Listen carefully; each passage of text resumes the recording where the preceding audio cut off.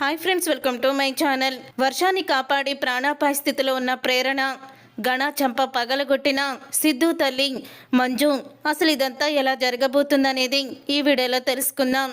ఇక వర్ష అయితే గణ నిజ స్వరూపం తెలుసుకుంటుంది. ప్రేరణ చెప్పినా వినకుండా ఈ గణ మాటలు విని నేను నా చావుని నేనే కొని తెచ్చుకున్నాను, లేదు నన్ను అడ్డు తొలగించుకోవాలనుకున్న గణాకి నేను బుద్ధి చెప్పి తీరాల్సిందే, ఇక్కడి నుంచి తప్పించుకోవాలి అని వర్ష అయితే అనుకుంటూ ఉంటుంది. తర్వాత ఇక సిద్ధుని నువ్వు ఇక్కడ కన్నా మీ ఇంటి దగ్గరే ఉండు, అక్కడ ఉంటే సాహిత్య ఆనందపడుతుంది, నువ్వు అక్కడ ఉండడం చాలా ముఖ్యం అని అంటూ ఉంటే అప్పుడే లేదు నా చెల్లెలి జీవితాన్ని వాడు నాశనం చేయాలని చూస్తున్నాడు, ప్రతిసారి వాడు మన నుంచి తప్పించుకొని వాడు మంచివాడవుతున్నాడు, నేను చెడ్డవాడిని అవుతున్నాను అని సిద్ధు అయితే కోపంతో రగిలిపోతూ ఉంటాడు. ఇప్పుడు మనం కోపంగా ఆలోచించే సమయం కాదు, అక్కడికి వెళ్ళి వాడిని నువ్వు రెచ్చగొట్టు, ఎలాగైనా సరే ఈ పెళ్ళి ఆగిపోతుంది, ఈ పెళ్ళి జరుగుతుందని అస్సలు కూడా నువ్వు అనుకోవద్దు అని మనకి ఏదో క్లూ దొరికినట్టే నువ్వు అక్కడ నటించు అని చెప్తూ ఉంటుంది ప్రేరణ. అప్పుడే సిద్ధు అయితే సరే ఏదోటి క్లూ దొరుకుతుంది, మనం గెలుస్తాము అని అంటూ ప్రేరణ అయితే ఇక సిద్ధుకి ధైర్యం చెప్పి మళ్ళీ ఇంటికైతే పంపిస్తుంది. తర్వాత ఇక వర్ష అయితే తన హ్యాండ్ బ్యాగ్లో ఉన్న ప్రేరణ ఫోన్ నెంబర్ తీసి ప్రేరణకి ఫోన్ చేస్తుంది. ప్రేరణకి ఫోన్ చేసి నేను వర్షాని అని అంటూ ఉంటుంది.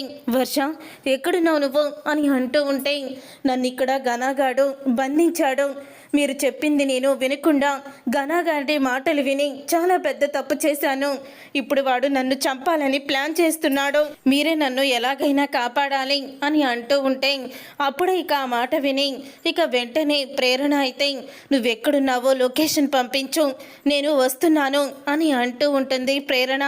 తర్వాత సిద్ధుకైతే ఫోన్ చేస్తుంది. సిద్ధు వర్ష ఎక్కడుందో తెలిసింది, నేను వెళ్ళి వర్షాన్ని తీసుకొస్తాను అని అంటూ ఉంటే సరే నీకు తోడుగా కుమార్ని తీసుకువెళ్ళు, నేను చెప్పినట్టు చేయి సిద్ధు, మనకేదో క్లూ దొరికిందని అక్కడ వాడి బండారం బయటపడుతుందని నువ్వు నటించాలి. ఎలా నటిస్తావంటే మీ అమ్మ వాళ్ళకి నువ్వు క్షమాపణ చెప్పి ఈ పెళ్ళి నాకు ఇష్టమే అని, వాడైతే మీ అమ్మ వాళ్ళ దగ్గర ఎలా మంచివాడిగా నటిస్తున్నాడో వాడికి అలాగే దెబ్బ కొట్టు, ముళ్ళుని ముళ్ళుతోనే తీయాలి, వాడి మొత్తం బండారం నేను వర్షాన్ని తీసుకువచ్చి బయట పెడతాను అని అంటూ ఉంటుంది ప్రేరణ. ఆ తర్వాత ఇక సిద్ధు అయితే ఇంటికి వెళ్తాడు. అప్పుడే ఇక సిద్ధుని చూసి సాహితి అయితే వచ్చావా అన్నయ్య అని అంటూ ఉంటుంది. వచ్చానమ్మా, నేను నీ పెళ్ళి జరిపించాలని వచ్చాను, ఇప్పటి వరకు నేను చేసిన తప్పు నాకు తెలిసి వచ్చింది, నా చెల్లి పెళ్ళికి నేను లేకపోతే ఎలాగా అని అంటూ సిద్ధు అయితే మాట్లాడుతూ ఉంటాడు. ఇక సిద్ధు మాటలు ఆశ్చర్యాన్ని కలిగిస్తాయి గణాకి. ఇక విజయేంద్రవరం కూడా షాక్ అయిపోతూ ఉంటాడు. అప్పుడే ఇక మంజు అయితే నువ్వు చెప్పేది నిజమేనా అని అంటూ ఉంటుంది. అవునమ్మా, నేను నా చెల్లి పెళ్ళి దగ్గరుండి జరిపిస్తాను, ఈ పెళ్ళి నేను ఎట్టి పరిస్థితుల్లో ఆపను అని అంటూ సిద్ధు అయితే మాట్లాడుతూ ఉంటాడు. అప్పుడే ఇక గణ పక్కకు వెళ్ళి బావగారు నన్ను క్షమించండి, మీ గొప్పతనం తెలుసుకోలేక మీ గురించి చెడుగా మాట్లాడాను అని అంటూ గణాన్ని కౌగిలించుకుంటాడు. ఏంట్రా పూర్తిగా మారిపోయి వచ్చేసి పెళ్ళికి ఒప్పుకున్నాడేంట్రా, ఇలా మాట్లాడుతున్నాడేంటని ఆశ్చర్యపోతున్నావా? నీ పద్ధతిలోనే వస్తున్నాన్రా, ఈ పెళ్ళి జరుగుతుందనుకుంటున్నావా? అస్సలు కూడా జరగదు, కంగారు పడుకో, నీ గుట్టు ఇప్పుడు మా చేతుల్లో ఉంది అని అంటూ సిద్ధు అయితే గణాకి చుక్కలు చూపిస్తాడు. అప్పుడే ఇంకా ఏమనుకోకండి బావగారు, ఏమి అనుకోకండి అని అంటూ సిద్ధు అయితే అంటూ ఉంటాడు. అప్పుడే ఇక గణాకి చెమటలు పట్టేస్తూ ఉంటాయి. అప్పుడే సాహితి అయితే మా అన్నయ్య చాలా మంచివాడు, చూసారా మన పెళ్ళికి ఎలా ఒప్పుకున్నాడో అని అంటూ ఉంటుంది సాహితి. అవును, ఇంకా రెడీ అవ్వలేదేంటి, ముహూర్తం టైం అయిపోతుంది, పదండి పదండి అని పెళ్లి పనులన్నీ చకచకా చేస్తూ ఉంటాడు. అప్పుడే పెళ్లి పనులు అలా చకచకా చేయిస్తూ ఉండగా ఇక గణ అయితే రౌడీలకి ఫోన్ చేస్తాడు. రే ఆ వర్షాన్ని లేపేశారా అని అడుగుతూ ఉంటే అప్పుడే సార్ అది ఇంకా లేదు సార్, చంపేస్తాం అని అంటూ ఉంటారు వాళ్ళు. ఇంకా ఎంతసేపురా, వెళ్ళు అని అంటూ ఉంటాడు గణ. తర్వాత బావగారు మీరు ఇలా ఫోన్లు మాట్లాడితే ఎలా చెప్పండి? మీరు పోలీస్ ఆఫీసర్గా మీకు ఎన్నో కాల్స్ వస్తూ ఉంటాయి. ఇప్పుడు జీవితంలో మొట్టమొదటిసారిగా మీరు పెళ్లి చేసుకోబోతున్నారు. అలాంటప్పుడు ఈ ఫోన్లతో మీ డిస్టర్బెన్స్ ఉండకూడదు.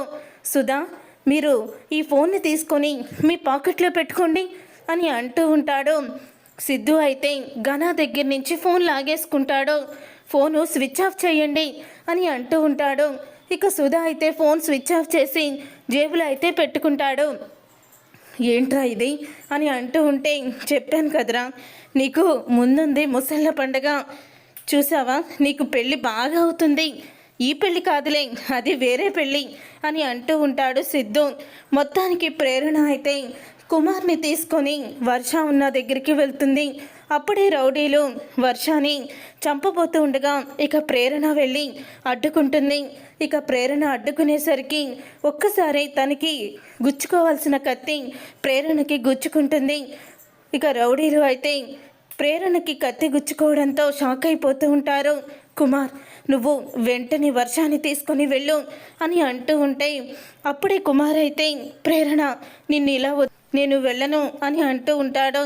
లేదు, మనం పోలీస్ కంప్లైంట్ ఇచ్చాం కదా, పోలీస్ వాళ్ళు ఇక్కడికి వస్తున్నారు, వీళ్ళ సంగతి వాళ్ళే చూసుకుంటారు, మీరు వెళ్ళండి అని అంటూ ఉంటుంది ప్రేరణ. అయితే రే, పోలీసులు వస్తున్నారంట, పారిపోండి అని రౌడీలు అక్కడి నుంచి పారిపోతారు.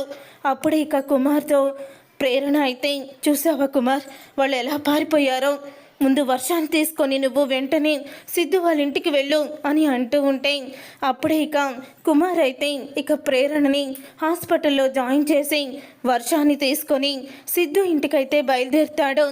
ఇక పెళ్లి ముహూర్తం దగ్గర పడుతూ ఉంటే ఒక పక్క గణకి పెళ్ళి ఎలా ఆగిపోతుందా అని టెన్షన్, ఈ పెళ్ళి ఎలా ఆగిపోతుందా, ప్రేరణ వర్షాన్ని తీసుకొస్తుందా లేదా అని ఇంకో పక్క సిద్ధుకి టెన్షన్. అలా టెన్షన్ల మధ్య పంతులు గారు అయితే గణా చేతికి తాళి ఇస్తారు. ఇక గణా చేతులు వణికిపోతూ ఉంటాయి. ఏంటి అలా చేతులు వణికిపోతున్నాయి అని పంతులు గారు అంటూ ఉంటే, ఏం లేదు పంతులు గారు, అది ఆటోమేటిక్గానే నా చేతులు వణికిపోతున్నాయి అని అంటూ ఉంటాడు ఘన. ఇక వెంటనే ఘన అయితే లేచి సాహితీ మెళ్ళో తాళి కట్టబోతూ ఉండగా, ఆగు అని వర్ష అయితే అక్కడికి వస్తుంది. ఇక వర్షాన్ని చూసి ఒక్కసారి ఘన షాక్ అయిపోతూ ఉంటాడు. నేను రాకుండా నువ్వెలా పెళ్లి చేసుకుంటావు ఘన? నన్ను పెళ్లి చేసుకుంటానని చెప్పి ఇప్పుడు ఆ అమ్మాయి మెళ్ళో తాళి కడుతున్నావేంటి అని వర్ష అయితే అడుగుతూ ఉంటుంది. ఒక్కసారి ఘన చేతిలో ఉన్న తాళిని కిందకి వదిలేస్తాడు ఘన.